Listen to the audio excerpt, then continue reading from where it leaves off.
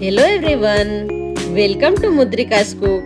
આજે આપણે બનાવીશું શિયાળાની કડકડતી ઠંડીમાં ખાવાની મજા પડે એવી ગરમા ગરમ લીલવા કચોરીની રેસીપી. આ કચોરી બહાર મળતી કચોરી કરતાં પણ એકદમ સુપર ટેસ્ટી બને છે અને જોતા જ મોઢામાં પાણી આવી જાય છે એવી બને છે. તો ચાલો ઠંડીમાં ખાવાની મજા પડે એવી ગરમા ગરમ કચોરી બનાવવાનું શરૂ કરીએ.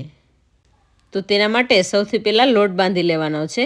તો 1 વાટકી ઘઉંનો લોટ અને 1 વાટકી મેંદો લીધો છે. બંનેનું પ્રમાણ એક સરખું રાખેલું છે. 5 ચમચી રવો લીધો છે. અડધી ચમચી અજમો, સ્વાદ અનુસાર મીઠું ઉમેરી દેવાનું છે. અને મોણ માટે મેં અહીંયા ઘી લીધું છે, તો 2 ચમચી ઘી ઉમેરી દઈશું. અહીંયા તમારે મોણ માટે તેલ લેવું હોય તો તમે લઈ શકો, પણ ઘીથી છે એ કચોરી વધારે ખસ્તા બનશે. હવે મોણને મિક્સ કરી લઈશું. તો અહીંયા મોણ મિક્સ કરી લીધું છે. હવે એની અંદર 1 લીંબુનો રસ ઉમેરી દઈશું.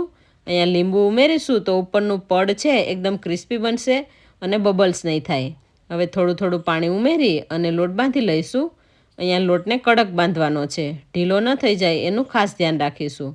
જો કડક લોટ હશે તો ઉપરનું લેયર છે એ ક્રિસ્પી થશે. તો અહીંયા લોટ બાંધી લીધો છે, આ રીતનો કડક છે. હવે લોટને અડધી કલાક માટે રેસ્ટ આપવાનો છે. તો લોટની અંદર 2 ચમચી જેટલું તેલ ઉમેરી અને લોટમાં લગાવી દઈશું અને અડધી કલાક માટે ઢાંકીને રહેવા દઈશું. ત્યાં સુધીમાં આપણે કચોરીમાં ભરવા માટેનો મસાલો તૈયાર કરી લઈશું. તો તેના માટે મેં 500 ગ્રામ તુવેરના દાણા કાઢી લીધા છે. તો 1 વાટકી જેટલા દાણા એમાંથી નીકળી ગયા છે. હવે 1 વાટકી વટાણા લીધા છે. તો અહીંયા લોટ 2 વાટકી લીધો છે, એમ 1 વાટકી વટાણા અને 1 વાટકી તુવેર લીધી છે. તો બંનેનું પ્રમાણ એક સરખું છે. હવે એની અંદર 10 નંગ લીલી મરચી ઉમેરી દઈશું, 2 ઇંચ આદુના ટુકડા. હવે આ બધી વસ્તુને આપણે મિક્સર જારની અંદર ઉમેરી અને અધકચરી વાટી લેવાની છે. અહીંયા મિક્સરને પલ્સ મોડ પર આ રીતે અધકચરું વાટી લેવાનું છે. તો અહીંયા તુવેર, આદુ અને મરચીને આ રીતે અધકચરી વાટી લીધી છે. હવે 2 ચમચી જેટલું તેલ ગરમ મૂકી દઈશું. તેલ ગરમ થાય એટલે 1 ચમચી આખું જીરું, ચપટી હિંગ, તુવેર, વટાણા, મરચી અને આદુને આપણે પીસીને રાખેલું છે એ ઉમેરી દઈશું અને તેલ સાથે મિક્સ કરી દઈશું. આ સમયે આપણે ગેસની ફ્લેમ લો રાખવાની છે, નહીં તો તળિયે ચોંટી જશે. હવે શિંગદાણાને વાટી લઈશું.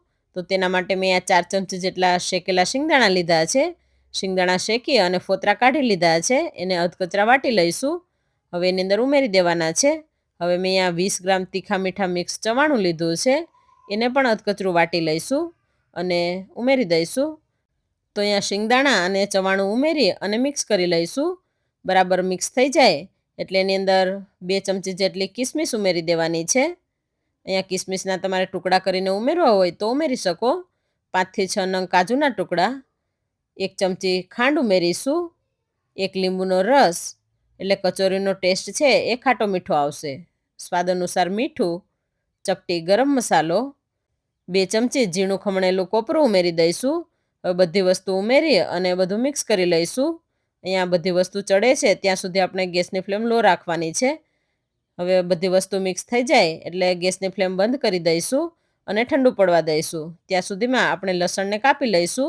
તો મેં અહીંયા 50 ગ્રામ લીલું લસણ લીધું છે, એ કાપી અને ઉમેરી દઈશું. હવે મેં અહીંયા ધાણા લીધા છે, ધાણાને ઝીણા સમારી અને ઉમેરી દેવાના છે. અહીંયા ધાણા અને લસણનું પ્રમાણ આપણે થોડું વધારે રાખવાનું છે. તો હવે કચોરીમાં ભરવા માટેનું સ્ટફિંગ તૈયાર થઈ ગયું છે. હવે તેલ ગરમ મૂકી દઈશું. તેલ ગરમ થાય ત્યાં સુધીમાં આપણે આમાંથી બોલ બનાવી લેવાના છે. તો કચોરીમાં જે પ્રમાણે આપણે ભરવું હોય એ પ્રમાણે બોલ બનાવી લઈશું. તો આ રીતે મીડિયમ સાઇઝના આ રીતના બોલ બનાવી લઈશું. અહીંયા તમારે જે પ્રમાણે કચોરી બનાવવી હોય એ પ્રમાણે તમે એની અંદર સ્ટફિંગ ભરી શકો, એટલે એ પ્રમાણે તમારે બોલ બનાવવાના છે. હવે અહીંયા લોટને આપણે અડધી કલાક માટે રેસ્ટ આપેલો હતો, તો અડધી કલાક જેવું થઈ ગયું છે. હવે ફરીથી મસળી લઈશું અને મસળી અને આપણે એમાંથી લુવા લેવાના છે. તો આ રીતનો એક મોટો લુવો લઈશું, મોટી રોટલી બને એ રીતનો લુવો લેવાનો છે. તો હવે આપણે વણી લઈશું. એકદમ પાતળું લેયર થાય એ પ્રમાણે વણવાનું છે. જો રોટલી વધારે જાડી હશે તો કચોરી છે એ ક્રિસ્પી નહીં બને, એટલે મીડિયમ સાઇઝની રોટલી બનાવી અને આ રીતને આપણે ગોળ કટિંગ કરી લઈશું. તો અહીંયા મેં વાટકી લીધી છે, તો આ રીતની વાટકીની મદદથી આપણે આ રીતે ગોળ કરી લઈશું.